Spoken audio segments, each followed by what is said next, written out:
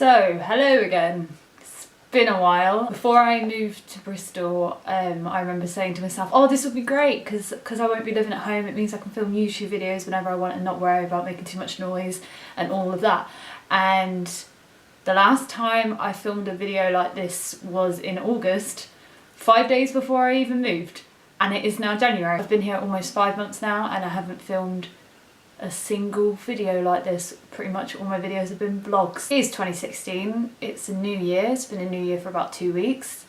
Feels exactly the same as 2015. I'm going to do one of those videos that are probably spamming your subscription boxes lately, like one of those New Year videos, just for a bit of reflection and so I can look at this video at the end of 2016, see what I thought about 2015 and see if my 2016 actually ended up panning out like I thought it was going to pan out. One of my biggest pet peeves is when people at the end of the year go, oh my god, this year so much changed, oh my god, I've changed so much, I'm a different person, I'm a bigger person, when literally all they did was probably like change their nail varnish or something. But so much did change in 2015. It's probably been the biggest year of my life for change, and normally I absolutely hate change. I really don't adjust to change well, but I feel like I've adjusted reasonably well. It's probably the year I did the most. Like when I look back now, I'm like, how did I manage to fit that all in a year? In 2015, I've been abroad twice. At the very beginning of the year, I went to Paris, which was incredible. That also meant I got to go to Disneyland, which is like childhood dream come true. I've been waiting for that moment for years and years and years, and it definitely lived up to his expectations. In the summer of 2015, I then got to go to Venice, which was absolutely amazing. I got to ride on a gondola, which is kind of a bucket list kind of thing. Aside from going abroad, I've also travelled pretty much the length of the UK, well, of England at least anyway. In 2015 I went to London, probably, I don't even know how many times I've been to London. I've been to Birmingham, Weymouth, Bournemouth, Cardiff, Leicester, many parts of Cornwall, Devon, because obviously they're just down the road, Bath and Oxford, and a lot of those places were new places, so I'd never been there before. I went to 27 gigs and shows. 27. That's pretty much an average of one every other week for the whole year, which is absolutely crazy. And my bank balance probably hates me for it, but it was so good and so worth it. I got to see Strictly tour live, I got to see Wicked, I got to see Paloma Faith numerous times, I got to see Michael McIntyre quite a few times. I also got invited to see 2 of his TV shows being filmed, which was incredible. I also got to see Mark Busted, Ollie Mers, Alan Carr, Matt Cardle of course, and the show that Matt was in, which was Memphis. Plymouth also got MTV Crashes. I got to see Shrek the Musical, and then I ended my amazing year getting to go on tour with Scouting for Girls and going to shitloads of their gigs. I also got a new car in 2015. Anyone who knows me that will know that I was petrified of driving. Even after passing my test, when I got my first car, I used to hardly drive it. My driving has improved so much since I moved here. My job is a half an hour on the motorway, so I had to tackle the motorway when I first moved up here, which is the first time I've been on the motorway.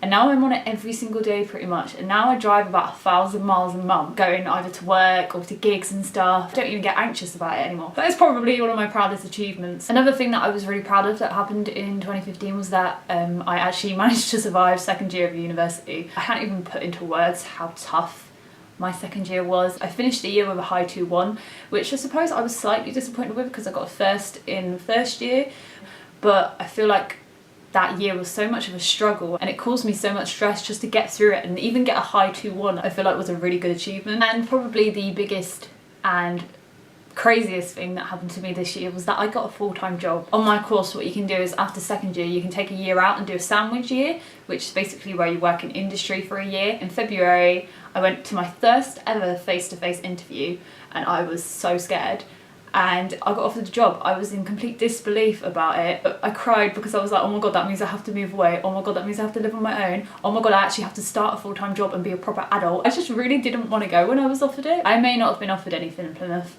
and I would have hated to have got to the end of the year and turned down an amazing opportunity just because I was scared. I thought I was going to have to move up here on my own, which completely terrified me, but luckily about 3 weeks before I was going to go, Josh got offered a job up here, so that meant that he came up with me, and I'm so glad he did. I would not have survived on my own. It's just brought us closer together, obviously. It's going to be really weird when I go home next year and not to live with him now. I was so scared about starting my job. I thought I wasn't good enough. I think I'm doing okay now. I've been there 5 months. I do sometimes have days where I go in and I'm like, oh my god, I can't do this. I'm completely out of my depth.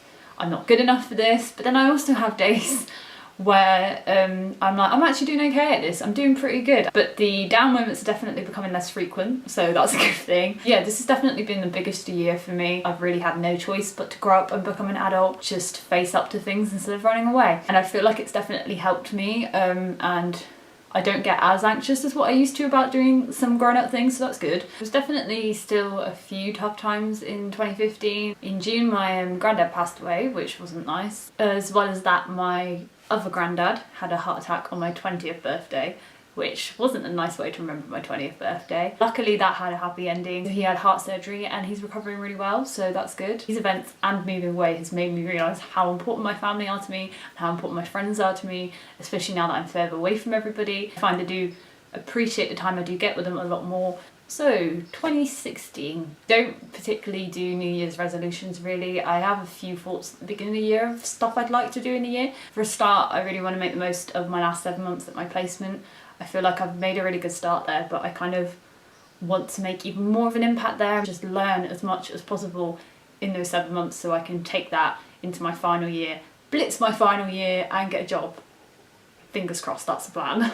I also want to take advantage of not living at home and living in Bristol. That means like cooking more, visit more places in Bristol and around Bristol, because luckily Bristol is a lot closer to everything than what Plymouth is. And because I'm near a lot of places, I want to make more effort to see my friends that live up near here, like friends I've met online or friends that have moved away for uni. I also want to film more videos. I said that I would when I moved away, and as we all know, that has not happened at all. I also want to vlog even more. One thing I started at the beginning of 2015 that I really wanted to do was my monthly videos, and I actually did a reasonably good job at that and I kept up with it, but I definitely want to vlog even more because sometimes I do chicken out of vlogging.